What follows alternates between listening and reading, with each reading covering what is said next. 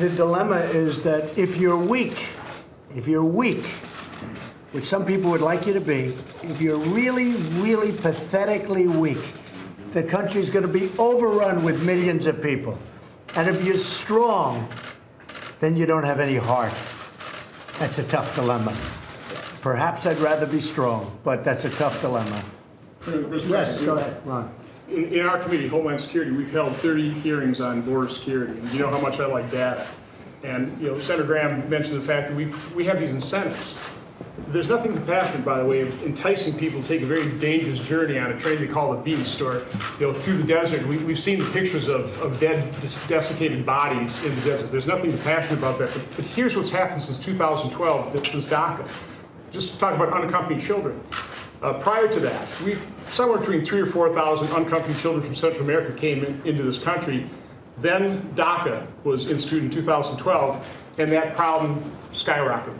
The numbers on it, about 225,000 unaccompanied children just from Central America, about almost 500,000 family members. So we've got another 750,000 individuals, very sympathetic, that we're just incentivizing for coming, and we have to stop. We have to stop those incentives. Our goal of our policy should be to reduce the flow of people incentivized to come to this country, and that's what strong enforcement actually does. So just so everybody knows, this deal was just about done. We had a deal signed.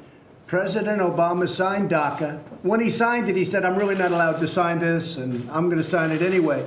But he actually said, I'm not allowed to sign this, never going to hold up. And they got a judge who held it up, and they got another one who held it up. Then we had a couple that turned it down, and it's going to be a Supreme Court issue. But before it was held up, everyone assumed that the DACA would not be held up, and we had a deal with the Democrats. It was a deal that everybody agreed to. It was $25 billion. We were going to build a wall. We would take care of many, many different things, including loopholes. It was all done, except when this judge ruled in favor of DACA, meaning that it could continue until we get to the Supreme Court, all of a sudden they weren't there anymore. And that's what happened, and that's why we're in this mess, because we had a couple of court decisions which is going to force an issue to the Supreme Court that shouldn't be forced to the Supreme Court. Yes, John? Thanks for inviting us up on these important issues and for having this important discussion, certainly on immigration, but also on trade. And the context that I want to make sure we talk about is we've made incredible progress on tax relief. We've made tremendous progress on regulatory relief, and it's reflected in our economy.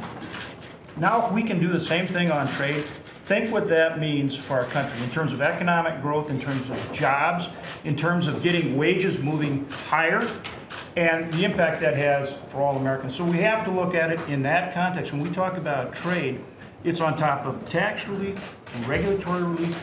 And now if we can get the right policies in place on trade, think what that means for our country.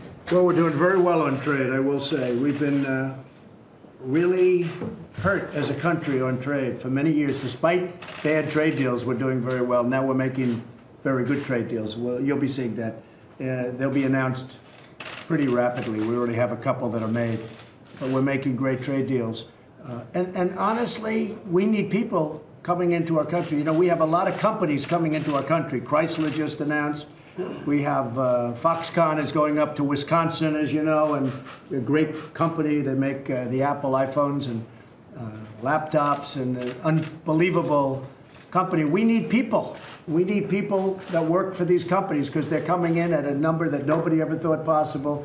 So we want people to come into our country, but I think I can speak for everybody at the table.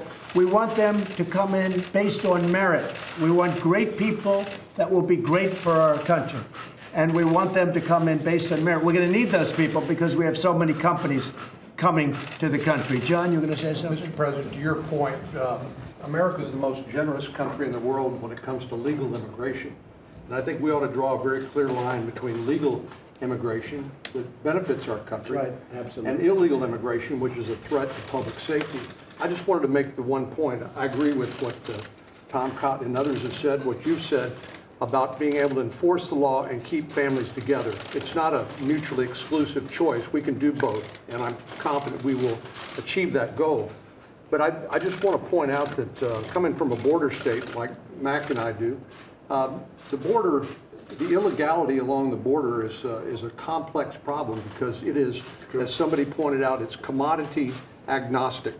In other words, they said it's people, it's drugs, it's weapons, and you talk about an opioid crisis in the United States, it's not just prescription drugs, it's heroin that comes from Mexico. Right. So this is a very complex situation. We need law and order along the border. Everybody agrees with that. We need to be compassionate the way we handle these families. But it's important to remember that larger context because the cartels and the criminal organizations that benefit from this, they're just making a lot of money and keeping this situation very dangerous for everybody involved. Hey there, thanks for checking out CNBC on YouTube. Be sure to subscribe to stay up to date on all of the day's biggest stories. You can also click on any of the videos around me to watch the latest from CNBC. Thanks for watching.